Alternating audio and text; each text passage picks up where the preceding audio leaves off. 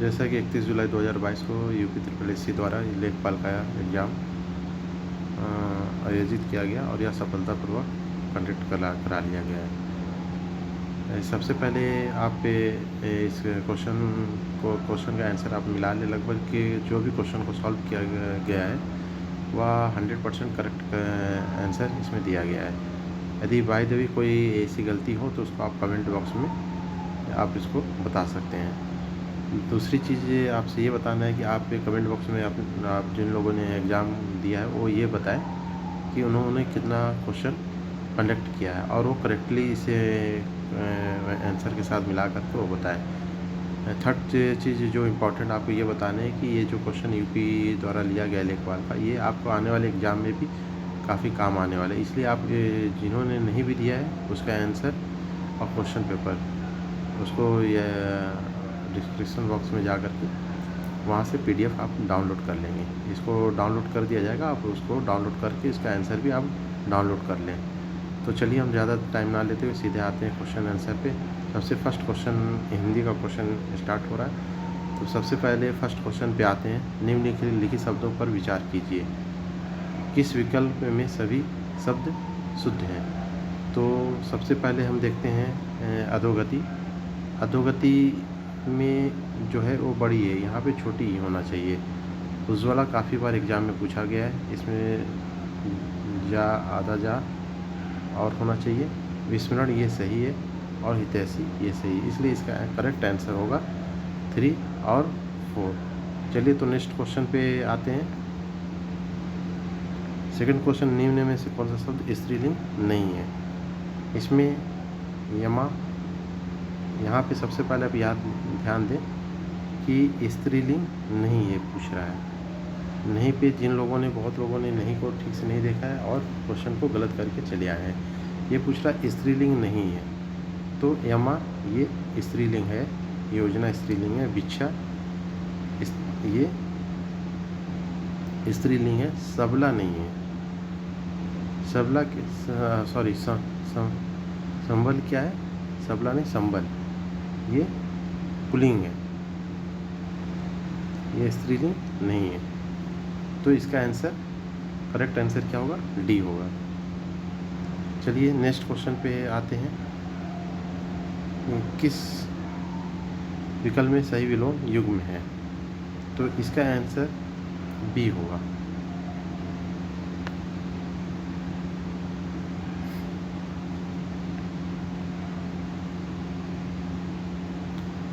Fourth question पे आते हैं। जीवनपत्ति, जीवनपति का समानार्थी शब्द है। तो सीधा वर्ड से ही पता चल रहा है कि जीवनपति मतलब कि जीवन और प्लस पति, तो जीवन का पति, तो जीवन आपका ले सकता हो। तो इसमें ज़्यादा उलझने की ज़रूरत ही नहीं थी, तो इसका आंसर सीधा ए होगा। 5 नंबर क्वेश्चन पे आते हैं। जिसे इंद्रियों से अनुभव ना किया जा सके, अनेक पद के लिए एक शब्द है। इसका आंसर अति इंद्रिय होगा, ए अति इंद्रिय। नेक्स्ट क्वेश्चन पे आते हैं 6 पे। निम्न में से कौन सा शब्द पुल्लिंग है। देखिए वहाँ पे उसने स्त्रीलिंग नहीं पूछा, स्त्रीलिंग नहीं है। यहाँ आपसे पूछ रहा है निम्नलिखित में से कौन सा शब्द पुल्लिंग है। तो यहाँ चलिए कमेंट बॉक्स में आप फटाफट सन बताइए क्या होगा। सीधा इसका आंसर सी होगा, विवाह। ये पुल्लिंग नहीं है, ये विवाह क्या है, स्त्रीलिंग है। नेक्स्ट देखते हैं, पंखा का बहुवचन क्या होगा। सीधा सीधा इस एकवचन और बहुवचन के लिए थोड़ा सा आपको एक ट्रिक याद रखें कि जिसमें बिंदी लगी होती है, जैसे पंखे, ये बिंदी, यहाँ भी ये बिंदी देखने के लिए मिल रहा है। और पंखा का पंख हो नहीं सकता बहुवचन में, तो क्या होगा, इसका आंसर डी होगा, पंखे। नेक्स्ट में हम आते हैं सीधा 8 क्वेश्चन पे आते हैं। दुशासन का संधि विग्रह क्या होगा? तो इसको आप संधि विच्छेद आप थोड़ा भी आपको ध्यान में होगा तो दुस का ये सा नहीं हो सकता। आप यदि आप उच्चारण ही करें तो दुह शासन, दुस इसमें भी दे रखा है, इनमें से कोई नहीं, ये भी नहीं होगा, ये भी नहीं होगा, ये भी नहीं, तो ये बचा दुह शासन। चलिए नेक्स्ट क्वेश्चन देखते हैं। 9th, निम्न में से किस शब्द का वर्तनी सही है? इसमें भाग्यमान है, भाग्यमान नहीं होता, भागवान होता है। यहाँ पे इसने गलत दे रखा, भाग्यमान किया हुआ है। रामायण, रामायण ये नहीं होता, ये रामायण होता है। फिर डी में देखा जाए तो वाल्मीकि, ये सीधा सीधा गलत लिखा हुआ है। तो बचा क्वेश्चन आंसर क्या बचा? सी। तो सी इसका आंसर होगा। नेक्स्ट आते हैं 10 नंबर पे। निम्नलिखित में कौन सा वाक्य शुद्ध है? पहला है, उसे मृत्युदंड की सजा हुई। उसे मृत्यु दंड, एक तो मृत्युदंड यहाँ मिल रहा है, दूसरा क्या है? मृत्युदंड और सजा, इस वजह से ये नहीं होगा। विंध्याचल पर्वत, विंध्याचल पर्वत तो है ही है, विंध्याचल भी है, पर्वत पर घने जंगल हैं, ये भी गलत होगा। या शुद्ध भैंस का दूध है, या शुद्ध भैंस, शुद्ध भैंस नहीं होता है, या शुद्ध दूध होता है, तो ये भी गलत है। मेरे को, इसने यहाँ पे मेरे को ही कह के यहाँ पे ये गलत हो गया। तो इसका आंसर 10 का आंसर सीधा सीधा हो जाएगा, पहला, दूसरा, तीसरा और चौथा, चारों डी। चलिए 10th के बाद हम सीधा 11th पे आते हैं। 11th का खग जाने, खग की भाषा का अर्थ होगा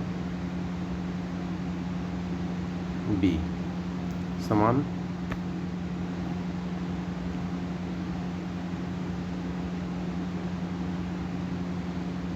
समान प्रवृत्ति वाले ही एक दूसरे को सराहते हैं।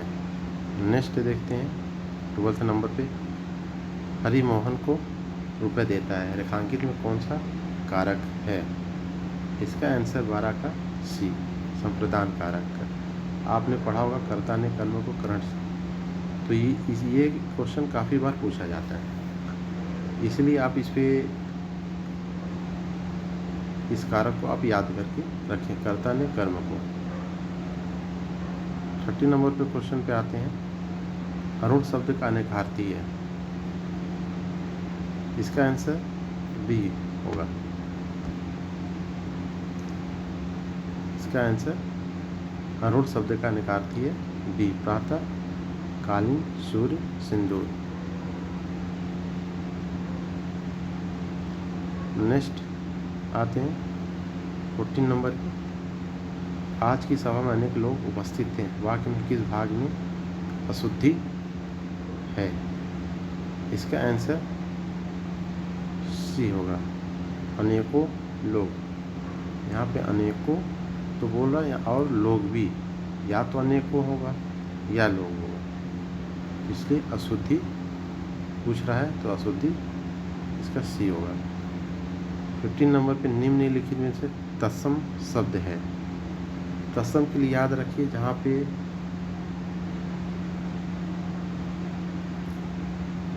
छ, त्र, इस टाइप का जो वर्ड देखने के लिए मिले तो एक ट्रिकी है। आपको नेक्स्ट वीडियो में हम जब हिंदी का सेशन लेंगे तो उसमें लगभग आपको 6 पॉइंट पे आपको ट्रिकी हिंदी बताएंगे, जिससे आपको विशेष पढ़ने की ज़रूरत, हिंदी को रट्टा मारने से ज़रूरत है उसको समझने की। आपको इससे रिलेटेड तत्सम और तद्भव, ये तत्सम है और तद्भव से रिलेटेड चीज़ों का एक ट्रिक है, उसी ट्रिक के माध्यम से लगभग ये सभी सॉल्व हो जाता है। तो आपको जब हिंदी का सेशन लेंगे बहुत ज़्यादा टाइम, मतलब कि वो 30 मिनट या 1 घंटे का ही होगा, उसमें सारा हिंदी आपको कंप्लीट करवा दिया जाएगा। तो चलिए, तो इसका आंसर 15 का सीधा डी हो जाएगा। नेक्स्ट आते हैं 16 नंबर पे, 16 से 20 तक। एक चीज़, आंशिक पैसेज में अनुच्छेद का जो भी क्वेश्चन हो, उसको आप 2 तरीके से सॉल्व कर सकते हैं। या तो सबसे अच्छा जो तरीका होता है वह आप पहले क्वेश्चन को कर लें। पहले क्वेश्चन करने से जब आप पढ़ेंगे तो वहाँ पे आप टिक लगा लेंगे। इससे क्या आपको फ़ायदा होगा कि जब आप पैसेज को पढ़ेंगे तो आपको क्लैरिटी के साथ पता चलता जाएगा कि क्वेश्चन कहाँ पे क्या पूछा गया था, और वहाँ पे आप एक मार्किंग करते हुए चलिए कि इस क्वेश्चन का यहाँ से ये पता चल रहा है। तो चलिए यहाँ पे देखते हैं। मनुष्य को निष्काम भाव से सफलता की चिंता किए बिना अपने कर्तव्य का पालन करना है। आशा या निराशा के चक्र में फंसे बिना उसे निरंतर कर्तव्यता रहना है। किसी भी कर्तव्य की पूर्णता पर सफलता अथवा असफलता प्राप्त होती है। असफल व्यक्ति निराश हो जाता है, किंतु मनुष्य ने असफलता को भी सफलता की कुंजी कहा। असफल व्यक्ति का अनुभव को संपत्ति अर्जित करता है जो उसके भावी जीवन का निर्माण करती है। जीवन में अनेक बार ऐसा होता है कि हम जिस उद्देश्य की प्राप्ति के लिए परिश्रम करते हैं वह पूरा नहीं होता। ऐसे अवसर पर हम परिश्रम व्यर्थ हो गया है सा लगता है और हम निराश होकर चुपचाप बैठ जाते हैं। उद्देश्य की पूर्ति के लिए दोबारा प्रयत्न नहीं करते। ऐसे व्यक्ति का जीवन धीरे धीरे बोझ बन जाता है। निराशा का अंधकार न केवल उसकी कर्म शक्ति वरन उसके समस्त जीवन को फिर ढक लेता है। निराशा की गहनता के कारण लोग कभी कभी आत्महत्या तक कर बैठते हैं। मनुष्य का जीवन धारण करके कर्मपथ से कभी विचलित नहीं होना चाहिए। विघ्न बाधाओं की सफलता असफलता तथा हानि लाभ की चिंता किए बिना कर्तव्य के मार्ग पर चलते रहने पर जो आनंद उत्साह है उसमें जीवन का सार्थकता, ऐसे जीवन ही सफल है। तो चलिए फर्स्ट का 16 का आंसर देखते हैं। 16 का आंसर आपको पूछा जा रहा है, मनुष्यों ने सफलता की कुंजी किसे कहा? सीधा सा है, असफलता।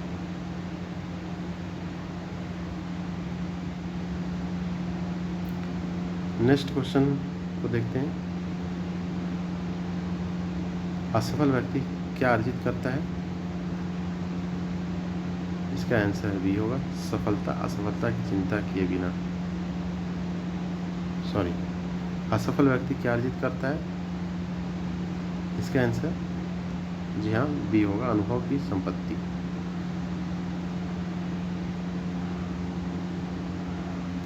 अठारह देखते हैं। मनुष्य को किस प्रकार कर्तव्य पालन करना चाहिए? इसका आंसर होगा डी।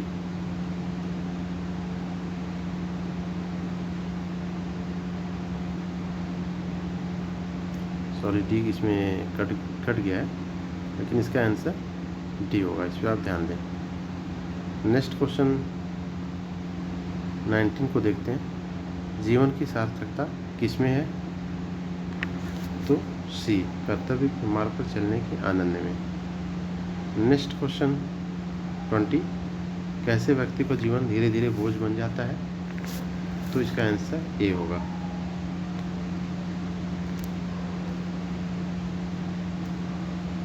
नेक्स्ट 21, अपना पराया किस समास का उदाहरण है? तो इसका आंसर द्वंद्व, अपना और पराया। इससे समाज से भी रिलेटेड आपको ट्रिक बताएंगे, जिससे आपको समास, कस्टम और तत्वों रटने की ज़रूरत नहीं पड़ेगी। तो चलिए 22 पे आते हैं। निम्नलिखित में से सही संधि विच्छेद का चयन कीजिए। चलिए, ये थोड़ा क्वेश्चन 22 का क्लियरिटी नहीं आया है, आया हुआ है। निम्नलिखित में से सही संधि विच्छेद का चयन कीजिए। तो 22 का आंसर सी, वीरांगना होता है, याद रखिए।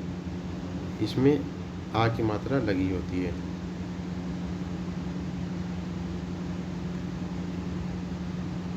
तो ये जब संधि विच्छेद होता है तो ये वीरांगना हो जाता है, इसलिए आंसर सी है। नेक्स्ट क्वेश्चन देखते हैं 22-23। कब ने पहले लड़का के मुहावरे का सही अर्थ है मृत्यु के समीप होना। नेक्स्ट क्वेश्चन, निम्न में से शलाका का तद्भव रूप है, तो इसका आंसर सलाई होगा। शलाका का सलाई।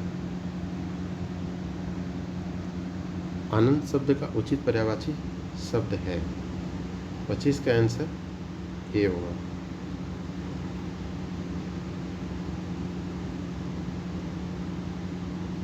मोद और हर्ष।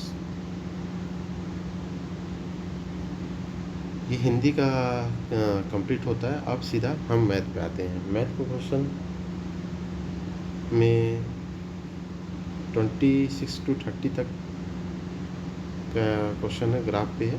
चलिए तो पहले इसको देखते हैं। नीचे दिए गए बार ग्राफ पे 1991 से लेकर 99 तक कंपनी की कमाई मिलेनियम में दिखाता है। इसे पढ़कर निम्नलिखित प्रश्नों के उत्तर दें। हम सीधा मैथ के आंसर पे ही क्वेश्चन करेंगे और इसको आप जब आंसर शीट जारी होगी तब उससे आप मिला भी लीजिएगा। और ये लगभग सारे क्वेश्चन का आंसर निकाला गया है और उसके बाद ही आपको आंसर पे टिक लगाया जा रहा है। तो चलिए सबसे पहले टिक लगाते हैं। 26 से स्टार्ट करते हैं।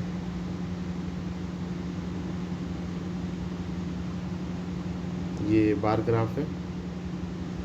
बार ग्राफ के बाद हम सीधा क्वेश्चन आंसर पे आते हैं। 1997-98 कंपनी की आय 1994-95 से कितनी गुनी थी?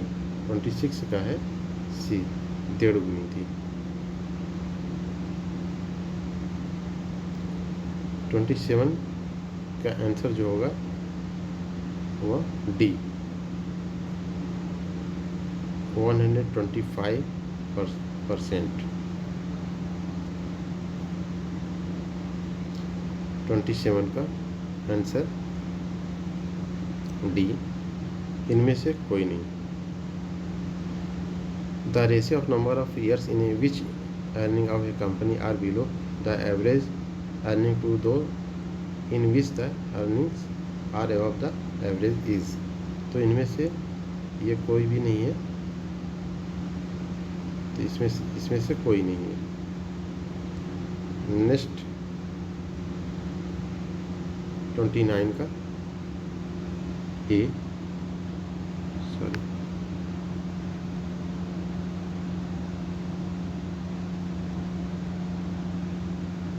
30 का आंसर बी, 100 होगा।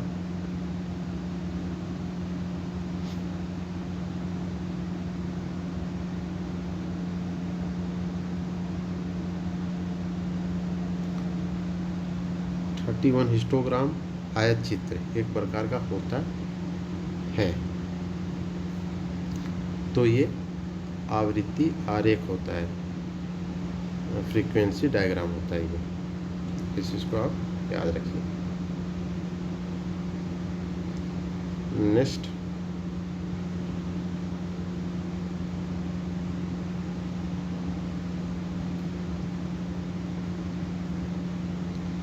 एक त्रिभुज का क्षेत्रफल समान आधार पर और समान समांतर रेखाओं के बीच का समांतर चतुर्भुज का क्षेत्रफल के होता है।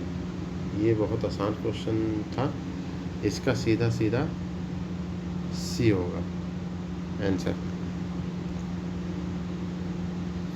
क्योंकि ये समानांतर चतुर्भुज की बात कर रहा है और समांतर चतुर्भुज में आप चाहे जैसे भी बनाए, वो भुजाएं क्या होंगी, उसमें आधार पर समांतर रेखाओं के बीच का समांतर चतुर्भुज का क्षेत्रफल जो होगा वो लगभग बराबर ही होगा, और सॉरी आधा होगा। तो इसका आंसर सी होगा।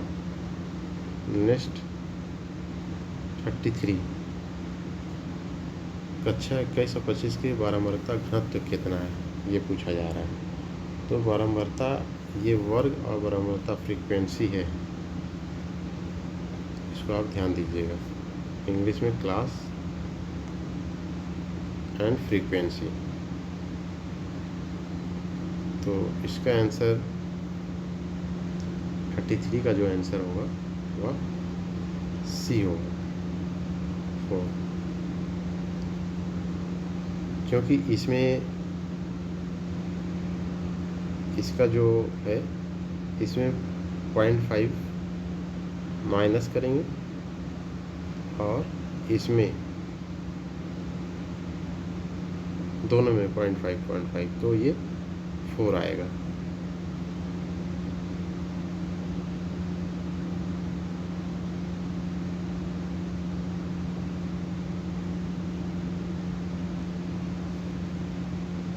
नेक्स्ट है द्विघाती समीकरण x² minus 4x minus 1 equal to 0 का मूल है। The roots of the quadratic equation. 34 का आंसर हो जाएगा ये।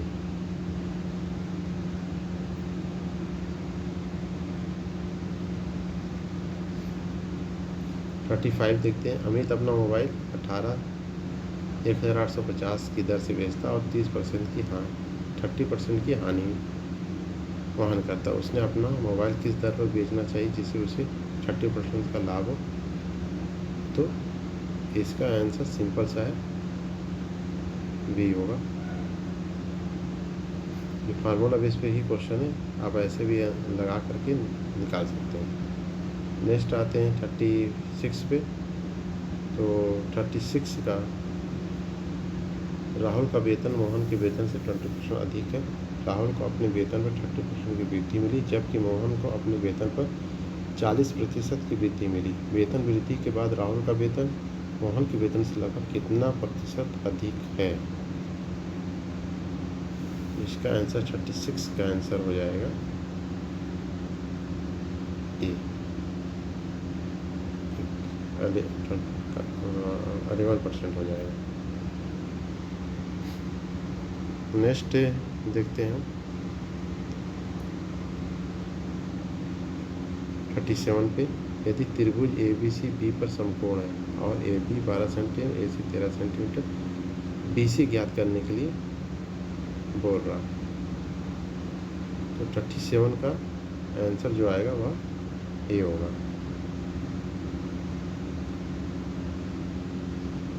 इंग्लिश में if triangle ABC right angle at B and AB is equal to 1 centimetre and AC is equal to 30 centimetre, find the BC।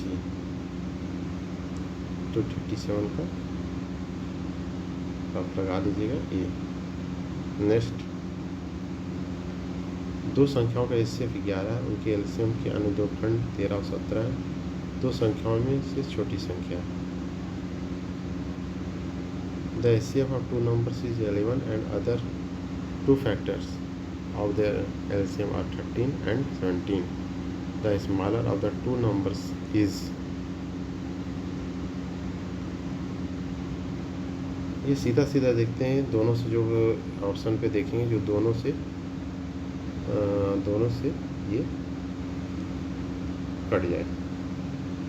तो दोनों से जो संख्या कटेगी इसमें 38 में वह C है। इसमें पूछ रहा है छोटी संख्या है, तो छोटी संख्या 143 होगा। ये बहुत आसान क्वेश्चन था। नेक्स्ट आते हैं 40 पे, 39 में। समांतर चतुर्भुज के विकर्णों की लंबाई कम से 8 से 6 सेंटीमीटर, इसकी एक भुजा की माप 5 सेंटीमीटर, तो दूसरी भुजा की अनुमानित लंबाई ज्ञात कीजिए।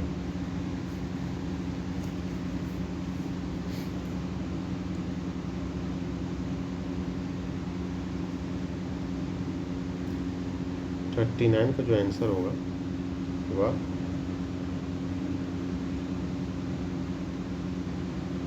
बी होगा।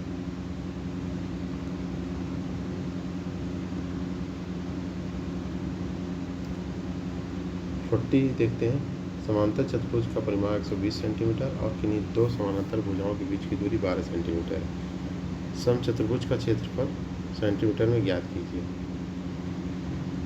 तो इसका आंसर जो आएगा 40 का वह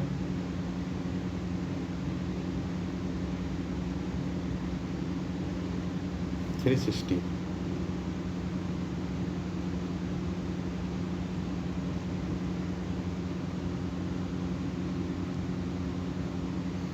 इस क्वेश्चन को आप एक बार देख लीजिए और कमेंट बॉक्स में आप बताइए कि कितना एक्यूरेसी, कितना करेक्ट आपका आ रहा है। इसको आप कमेंट बॉक्स में ज़रूर बताइए। 41 क्वेश्चन को हम देखते हैं। एक बारहमृता बहुभुज अनेक भुजाओं वाली होती है। ये सीधा बंद आकृति होता है।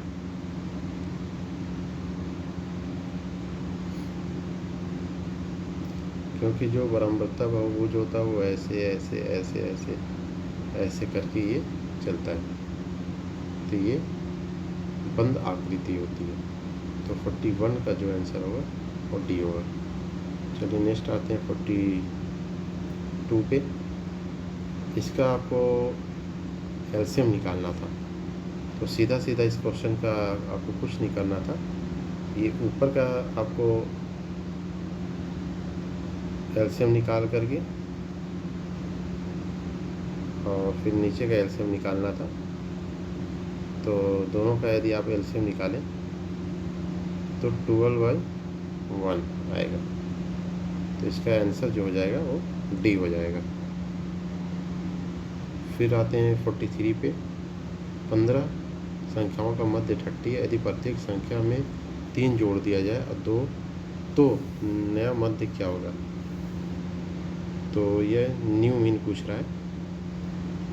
तो सीधा सीधा इसका आंसर 43 का यदि निकाला जाए तो 15 इंटू इसको आप 30 कर दीजिए, तो आएगा ये 450।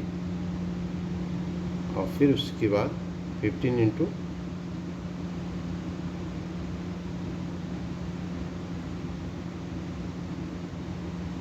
और फिर उसके बाद 15 इंटू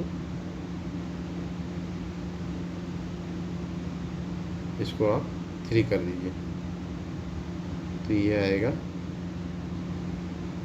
45। तो 45 तो ये हो जाएगा 495 डिवाइडेड बाई 15। तो इसका आंसर आएगा वह 33 आएगा।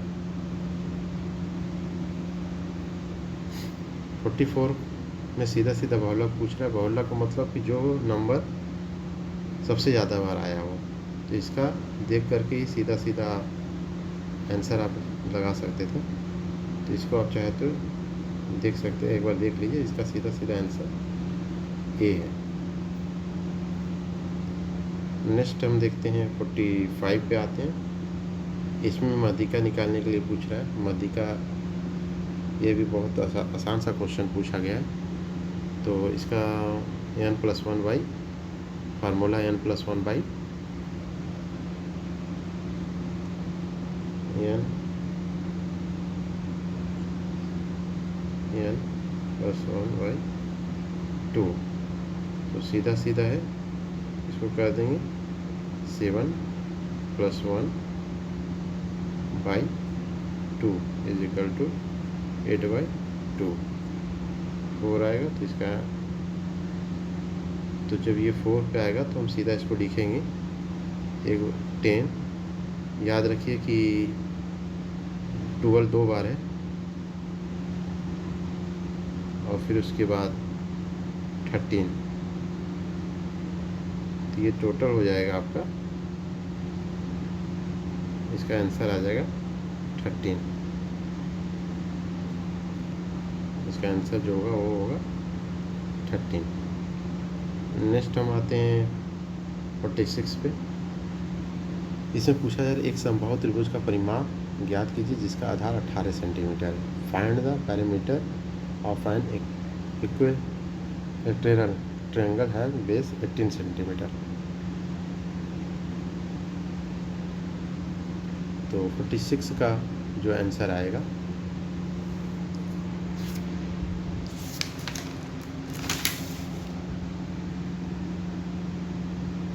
वो आएगा 36।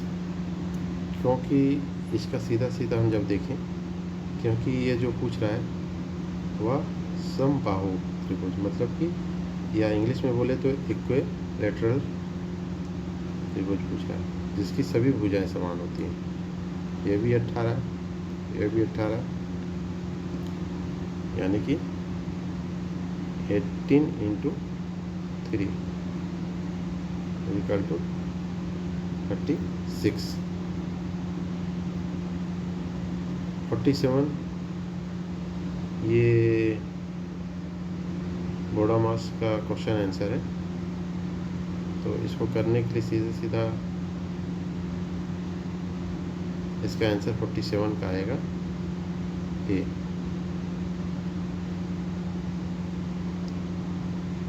48 देखें, संचयी बारंबारता पूछ रहा है।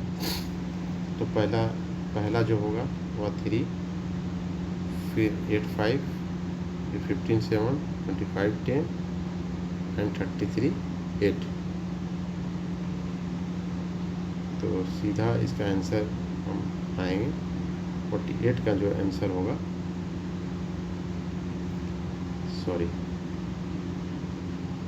अब इस पे ध्यान दीजिएगा, ये कम्युलेटिव फ्रीक्वेंसी है पूछ रहा है। क्लास दे रखा है और नीचे आपसे कम्युलेटिव फ्रीक्वेंसी पूछ रहा है। इंग्लिश में भी आपको यदि हिंदी में कहीं प्रॉब्लम है तो आप उसे इंग्लिश में ज़रूर एक बार देख लें। तो इसका आंसर डी आएगा।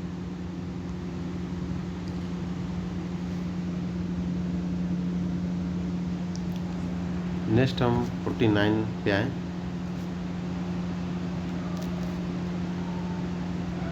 इसमें सम ऑफ फैक्टर पूछ रहा है। सम ऑफ फैक्टर पूछा जा रहा है।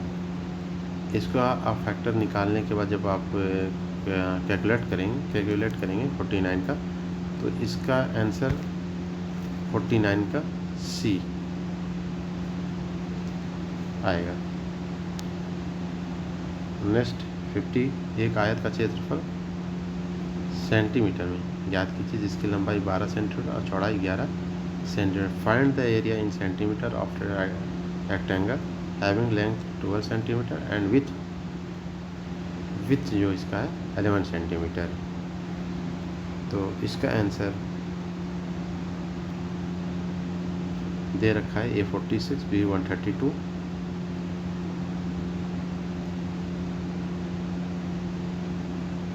इसका आंसर बी होगा 132। नेक्स्ट 51,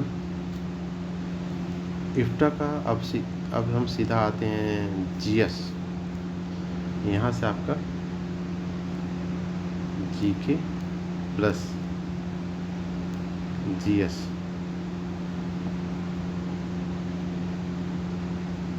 और प्लस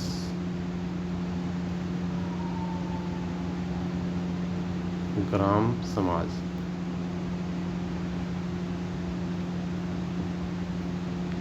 का स्टार्टिंग होता है, जो 25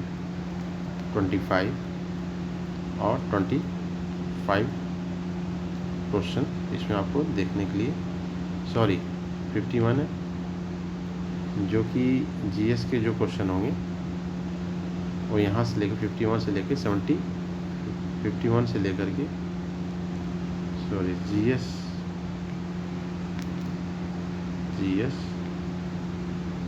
जीके प्लस ग्राम समाज 51 से लेकर के और 100 तक, 100 तक देखने के लिए मिलेगा। चलिए तो चलते स्टार्ट करते हैं, फास्टली स्टार्ट करते हैं, सीधा आते हैं आंसर पे। EFT का पूर्ण रूप क्या है? तो इसका आंसर होगा इलेक्ट्रॉनिक फंड ट्रांसफ़र। आंसर हो जाएगा ए। नेक्स्ट, बफिन द्वीप किस देश में है? तो या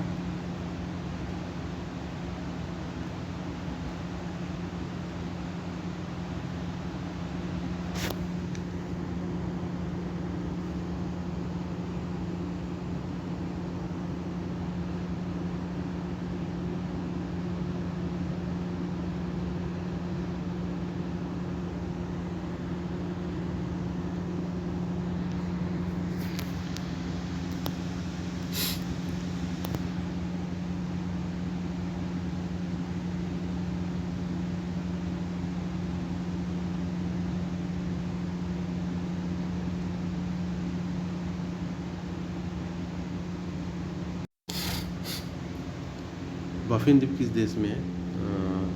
तो यह इसका आंसर सीधा होगा कनाडा। नेक्स्ट को इंग्लिश में आप देख लीजिए, Baffin Island is located in which country? तो ये कनाडा होगा। 52 के बाद सीधा आते हैं 53, प्रेस की स्वतंत्रता भारत के संविधान के किस अनुच्छेद के तहत है? इस क्वेश्चन को हमेशा पूछा जाता है और यूपी का ये पेटेंट क्वेश्चन रहा है अब तक, और लगभग सभी एग्ज़ाम में आपको ये देखने के लिए मिलेगा। इसका आंसर आर्टिकल या अनुच्छेद 19 होगा। इसमें लगभग वो सारी फ्रीडम देखने के लिए मिलेगा, मैक्सिमम फ्रीडम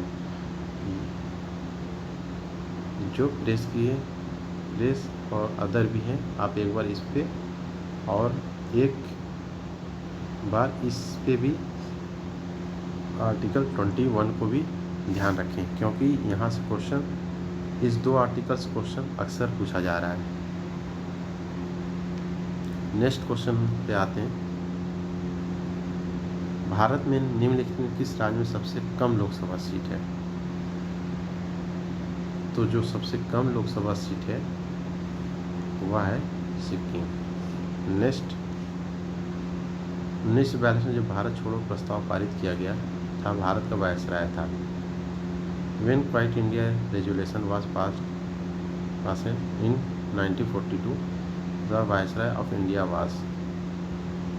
तो 55 का जो आंसर है वह ए। नेक्स्ट BC राय पुरस्कार, ये अभी क्वेश्चन दोबारा रिपीट हुआ, ये बीएड में भी पूछा जा चुका है अभी 1 वीक पहले। तो इसका आंसर जिन लोगों ने दे रखा है या जिन्होंने पहले पेपर देखा हुआ है, इसको बहुत आसान से कम बीएड का जो पेपर हो रखा है उससे 4 से 5 क्वेश्चन देखने के लिए आपको लेखपाल के मेंस में मिलेंगे।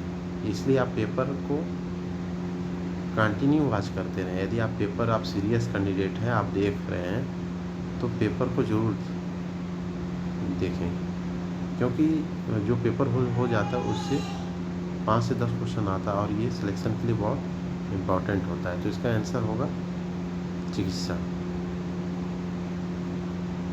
किस पंचवर्षीय योजना के बाद रोलिंग प्लान लागू किया गया? 57 का होगा 5वीं। बहुत लोगों ने 4थी लगा रखा है, ये नहीं होगा। नेक्स्ट 58 के क्वेश्चन को देखते हैं। महात्मा गांधी ने नमक सत्याग्रह कहाँ से शुरू किया गया था? ज़्यादातर लोगों ने इसे दांडी लगाया है, लेकिन ये अहमदाबाद में है। अहमदाबाद पूछा, ये अहमदाबाद में ही साबरमती है, यहाँ से स्टार्ट हुआ था। इस बात को आप ध्यान रखिएगा। इसका आंसर सी होगा। 58 के बाद 59 सती प्रथा को किसके द्वारा समाप्त किया गया था? तो 59 का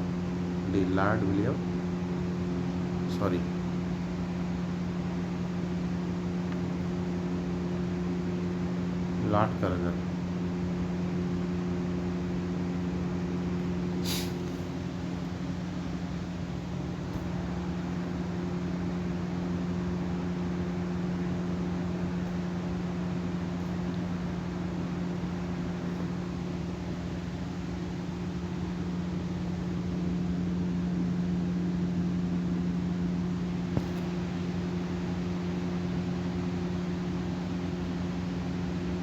लॉर्ड कर्जन द्वारा। इसको आप एक बार मिला के मैच करके आप कमेंट बॉक्स में बताइएगा कि इसका आंसर आप लोगों ने क्या लगाया है।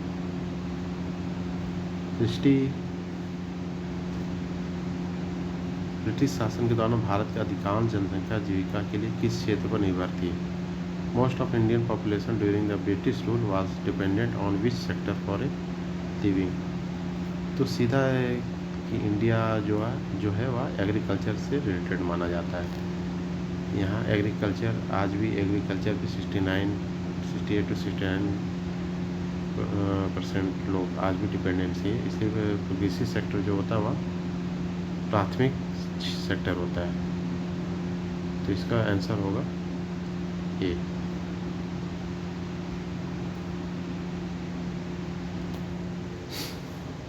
निम्नलिखित में से भारतीय संविधान के किस अनुच्छेद में राज्य के नीति निर्देशक सिद्धांत शामिल हैं? तो आपको तो मालूम है कि 36 से लेकर के 51 तक ये कोई बहुत डाटा भी बहुत क्लोज नहीं है, बहुत दूर दूर का डाटा है। तो इसका आंसर ए होगा।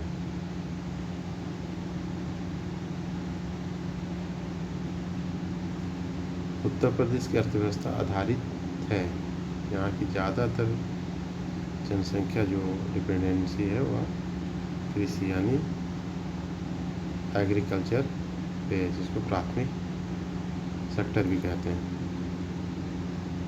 Economic of Uttar Pradesh is based on agriculture.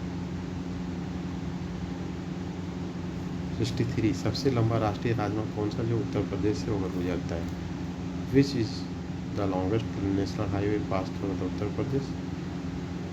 तो ये जो आंसर है NH4 होगा ना। NH8 ये दिल्ली से लेकर के जयपुर वाला एरिया, राजस्थान के एरिया को ये कवर करता है। NH2 आप देखिए, NH2 पे काफ़ी बार आप आते जाते होंगे, तो इसका आंसर सीधा NH2 होगा। नेक्स्ट आते हैं, निम्नलिखित किस अनुसूचित जनजाति की जनसंख्या उत्तर प्रदेश में सबसे अधिक है? या सीधा सीधा इसका आंसर बी होगा। नेक्स्ट, उत्तर प्रदेश में भारतीय संघ में कितने राज्यों के साथ अपनी सीमा साझा करती है? इस क्वेश्चन का जो ऑप्शन है वह ऑप्शन क्वेश्चन मार्क है, क्योंकि इसमें 8 भी है और 9 भी है, क्योंकि क्वेश्चन जो पूछा गया है वह गलत है। तो इसलिए मोस्ट प्रोबेबिलिटी है कि वह आयोग क्या मानता है। तो जहाँ तक उम्मीद है वह 9 मानेगा, लेकिन 8 भी करेक्ट है। तो इसलिए या तो इस क्वेश्चन को एलिमिनेट कर दिया जाएगा। चलिए नेक्स्ट क्वेश्चन पे आते हैं। निम्नलिखित में किस उत्तर प्रदेश में मंदिरों के शहर के रूप में जाना जाता है? तो इसका आंसर होगा ए। उत्तर प्रदेश में IT शहर स्थापित किया जा रहा है। इसका आंसर 67 का आंसर हो जाएगा सी, लखनऊ में। ये क्वेश्चन काफ़ी बार पूछा गया है। निम्नलिखित में से कौन सा जल डमरू भूमध्य सागर के अटलांटिक महासागर से जोड़ता है? इसका आंसर भी जिब्राल्टर जल डमरू है।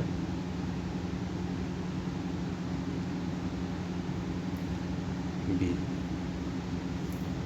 ये भी क्वेश्चन काफ़ी बार पूछा गया है एग्ज़ाम में यूपी के, इसलिए आपको बार बार रिपीट यही करेंगे कि क्वेश्चन पेपर को जो भी हो जाए उस पर आप जरूर उसको एक बार आप ज़रूर देख लें, उसको नोट डाउन कर लें। एक नज़र तो कम से कम देख ही सकते हैं, जो कि क्वेश्चन देखने से विजुलाइज करने से वह गलत नहीं होता है।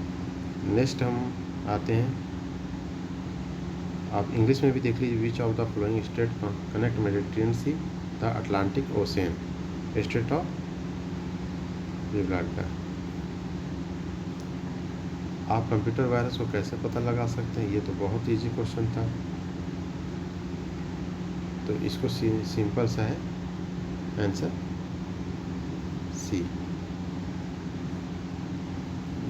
निम्नलिखित को मिलाएं।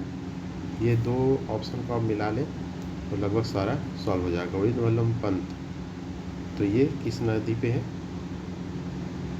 ये है रिहंद नदी पे।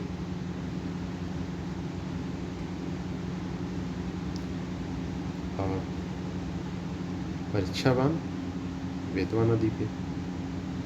तो बी और सी में ही आंसर था आपका। बी और सी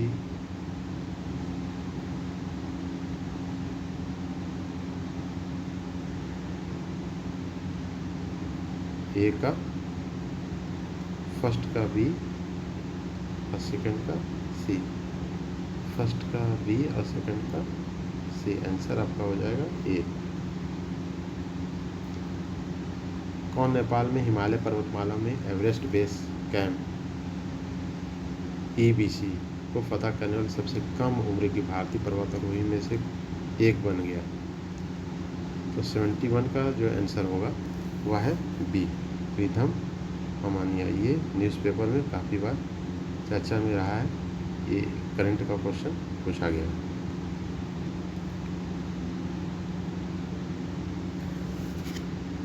Who has become one of the youngest Indian mountaineers to summit the Everest Base Camp EBC in the Himalayan range in Nepal?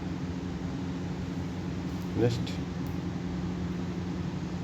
नई प्रौद्योगिकियों का उपयोग करके ईंधन की बढ़ी हुई दक्षता से मनुष्य पर्यावरण को कैसे लाभ होता है? इसका आंसर 72 का डी हो।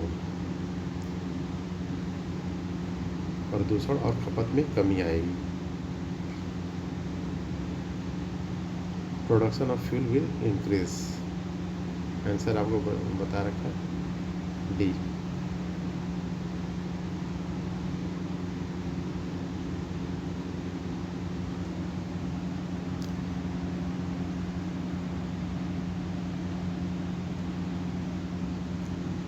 सुभाष चंद्र बोस का देश नायक किसने कहा था? इसका आंसर होगा बी, रविन्द्रनाथ टैगोर ने। किस रियासत के खिलाफ अभियान को ऑपरेशन पोलो कुट नाम दिया गया? तो वह है हैदराबाद।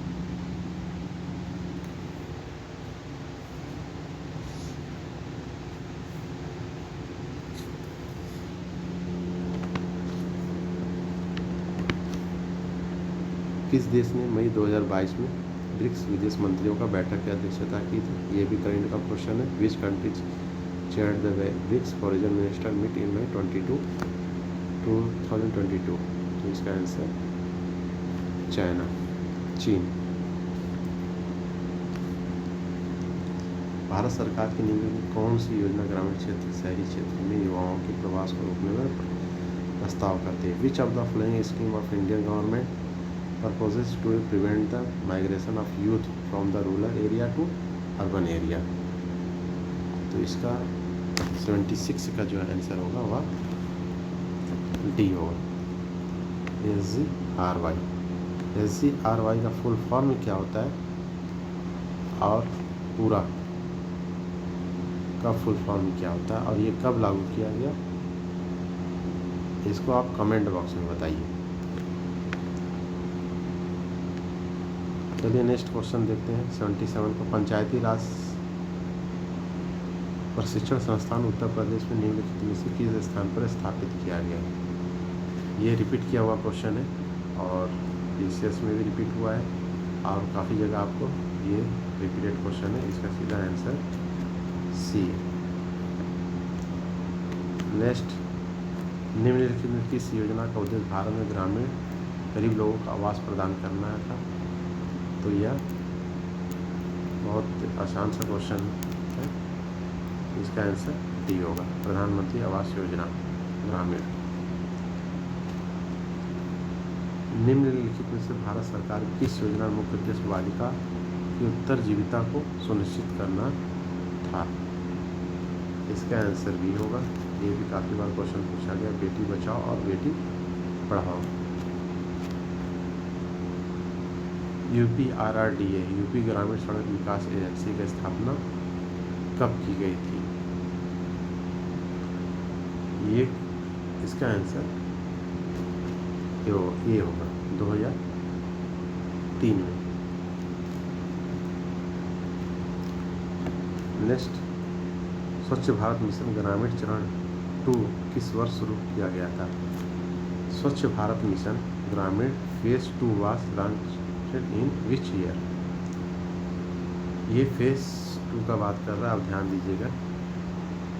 फेज फर्स्ट 2 चरण, इसका पहला चरण कंप्लीट होने के बाद दूसरा चरण स्टार्ट हुआ था। ये हुआ था 2020 में। ये आप चाहे तो गेस कर भी सकते थे, बहुत आसान सा क्वेश्चन था। 82 क्वेश्चन देखते हैं। निम्नलिखित में से कौन सा उत्तर प्रदेश का इस स्वस्थ पहल है? तो इसका आंसर ए होगा। उत्तर प्रदेश HMIS स्वास्थ्य प्रबंधन सूचना तंत्र।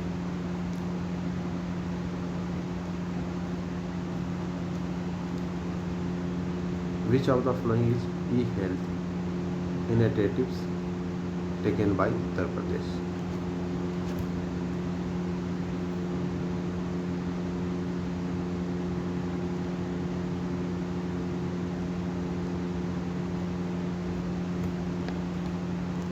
नेक्स्ट, भूमि सुधार निगम के तहत स्थापित FFS का पूर्ण रूप क्या है?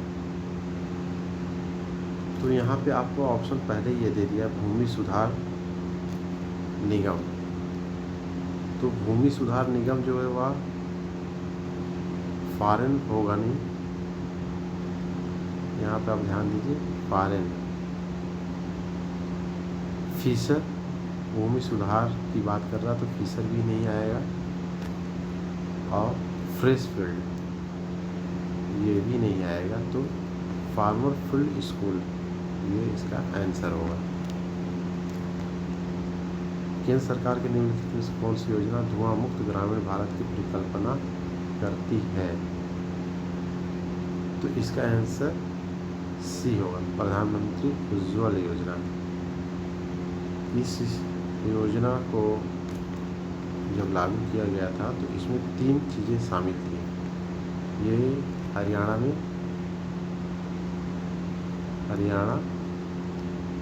पानी पथ में स्टार्ट किया गया था। यदि डिस्काम उज्ज्वल योजना पूछे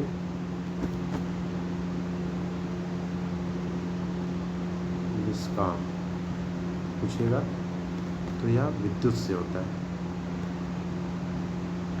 या इलेक्ट्रिक से होता है। और एक योजना और है उज्ज्वल योजना, सिर्फ पूछे तो वह वृद्धों से होगा। यदि सिर्फ उज्ज्वल पूछेगा तो वह वृद्धों से होगा। तो इस 3 चीज़ों पे ध्यान रखिएगा, ये अक्सर क्वेश्चन आता रहता है। चलिए तो नेक्स्ट पे आते हैं।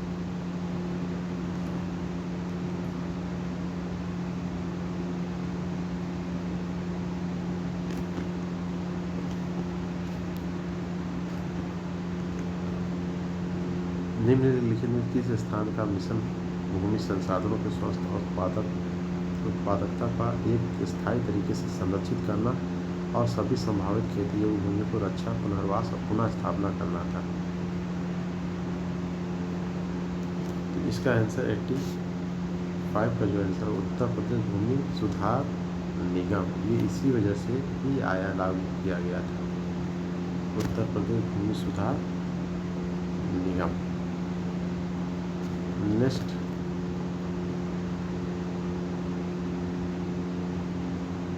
इंग्लिश मीडियम इनका है वो देख लेना है।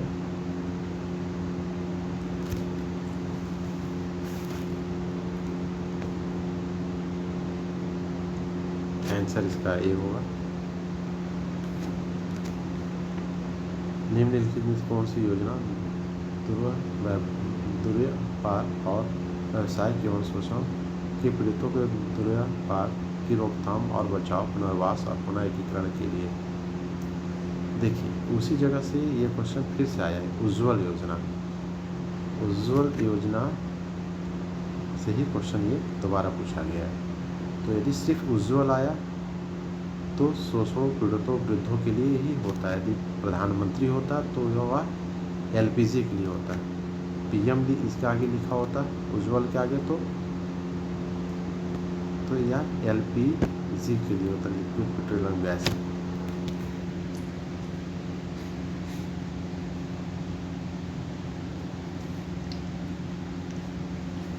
नेक्स्ट हम देखते हैं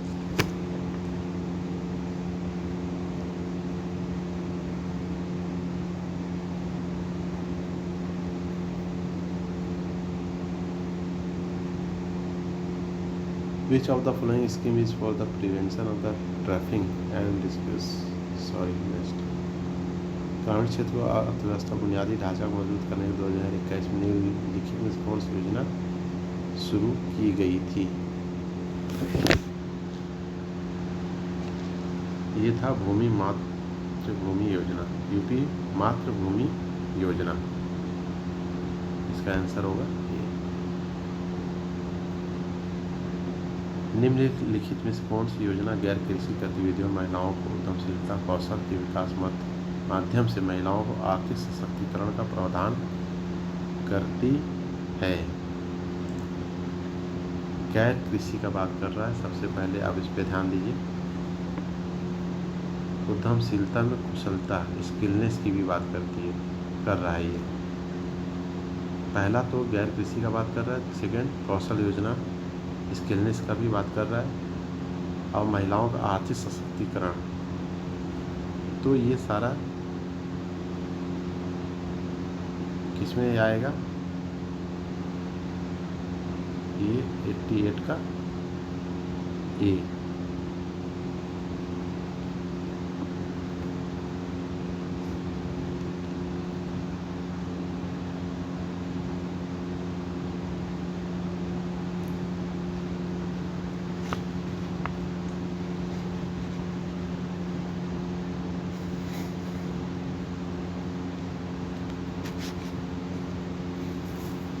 चलिए तो अब हम सीधा नेक्स्ट क्वेश्चन पे आते हैं।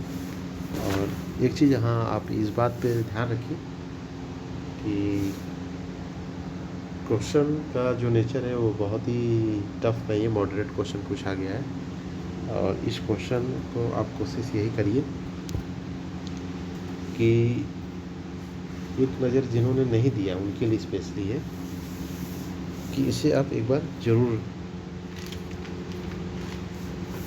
नोट डाउन भी कर लें, और इसको आंसर को आप नोट डाउन नहीं कर सकते तो एक बार देख लीजिए, क्योंकि इसको बार बार रिपीट करने का यही है कि अभी आपके सामने पेट एग्ज़ाम और इसके बाद भी अदर एग्ज़ाम होने जा रहा है।